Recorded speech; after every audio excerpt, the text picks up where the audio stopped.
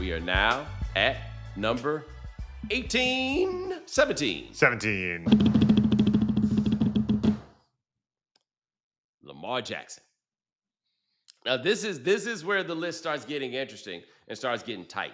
Because the truth is, on one level to me, this feels a little bit high, right? For example, I could have put Drew Brees in here, right? Drew Correct. Brees would have made the age specification. Drew Brees has won a Super Bowl. Drew Brees was never MVP or first team All Pro. Am I certain that Lamar Jackson is better than Drew Brees? I don't know. That's a tricky question. And we will have to get to the question that I think we will be asking at a lot of points on this list and that we asked even on day one, which is, are you sure he's better than Tim Duncan? Yeah, I mean, the rest of the list is, Yeah. a continuation of, is this person better than Tim Duncan? It's just gonna at every point. It's just gonna be like sometimes the question will be more compelling than others. Like we may like every time we do this list, we may have to redo it and be like, you know what? Oh, actually, Tim Duncan goes here. Like there's there's an argument for this. But Lamar Jackson is the two-time NFL MVP who is the only person I can think of in the NFL. Well, no, maybe this happens other times. Let me be fair. But the only reason he's not a three-time MVP is because the writers wanted to be nice to Josh Allen. That is the only reasonable explanation for how it is that Lamar Jackson could be first team All Pro and Josh Allen win the MVP, and they play the same position. We all saw this as it happened. It was the participation trophy type thing ever, right? Like everybody deserves to win every now and then. Like you can't give employee of the month to the same person every month, even though every month is the same person doing the job. You can't do that. That's what wound up happening. So in my mind, I stopped and I asked myself, if we took a guy who has now been in the NFL for 7 seasons, he's going into his 8th season, and he's won 3 MVPs, regardless of the fact that he has not made it to a Super Bowl. Add that plus a Heisman Trophy and being like a truly redefining player about what it is to be a quarterback in the NFL. He's here. Like there's a level that this feels to me a little bit hasty, but no, I don't think that you're going to go through and look at the people who are below him and certainly say that any of them should be above. Especially, something we made very clear, and if you didn't catch the earlier version of the list, we are putting a lot of emphasis on peak versus, longevity, and nearly winning back-to-back MVPs in the NFL is about as high as peak gets. Right. Like you can't. There's something to be said for your ability to do this for a very long time. But when you get to talking about somebody like way down the line, grandkids or whatever, you're not going to be like, "Ooh, he played for a long time." Like that's not going to be what you impart when you are explaining what was so impressive. Even when you get to a point and be like, "Man, he did it for a long time." That's not the part that's going to light you up. Like when we get to the Tom Brady part, that's going to be interesting to me because he was just so coldly effective and efficient.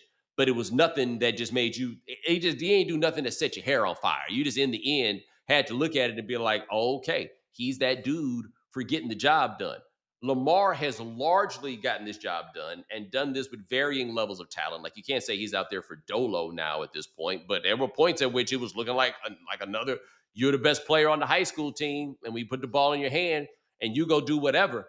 And I also think that a part of this, in terms of perceiving him, and I got to think in my own mind about what role this plays, is it's somewhat difficult to separate anything that happens for him in the NFL from how he wound up getting into the NFL, right? And the fight I think, and I could be wrong here, but I think that Lamar Jackson may ultimately end up with his historical legacy being he might be the last black quarterback of his ilk to truly have to fight to play quarterback, right? Where they had to not run the 40-yard dash, not do any receiving drills, and all of these things.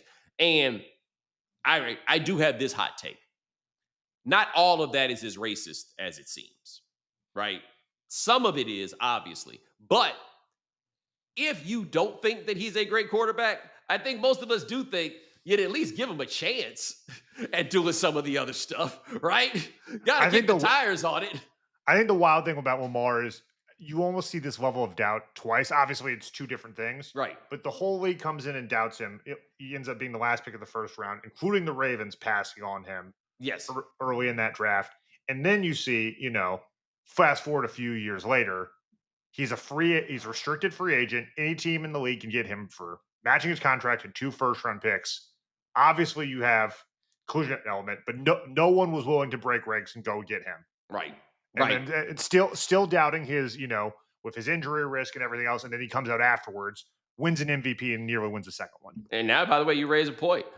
Maybe I was out here being a little bit too optimistic.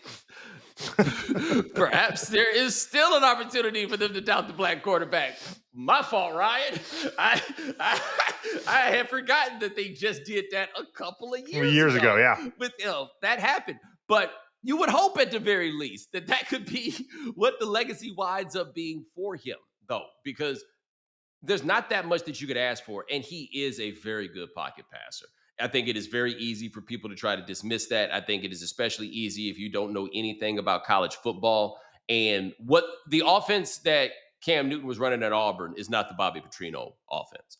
That was not an offense built around having a running quarterback. They had a quarterback who could run, but he was still out there running the Bobby Petrino offense. Now, of course, there's more left for Lamar to do, right?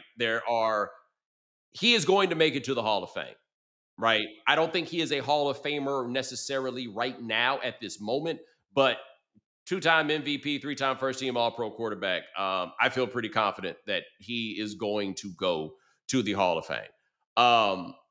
Hall of Fame quarterbacks who did not make it to the Super Bowl in the Super Bowl era, that's a really short list. I got Dan Fouts and Warren Moon. I don't have anybody else that I can think of on that list, both of whom ran kind of supercharged offenses for the day. And one could argue that the schematics of the offense helped them get to the Hall of Fame, but also help keep them out. They don't blow that lead to Buffalo if they're not running four wide receivers every play, for example. But are they scoring 35 points against Buffalo if they don't do those things, right? I say all that to say, if you have played 7 years, and I think that puts Lamar at 27 or 28, still crazy young, and you have the accolades that he has, then yeah, you're that guy.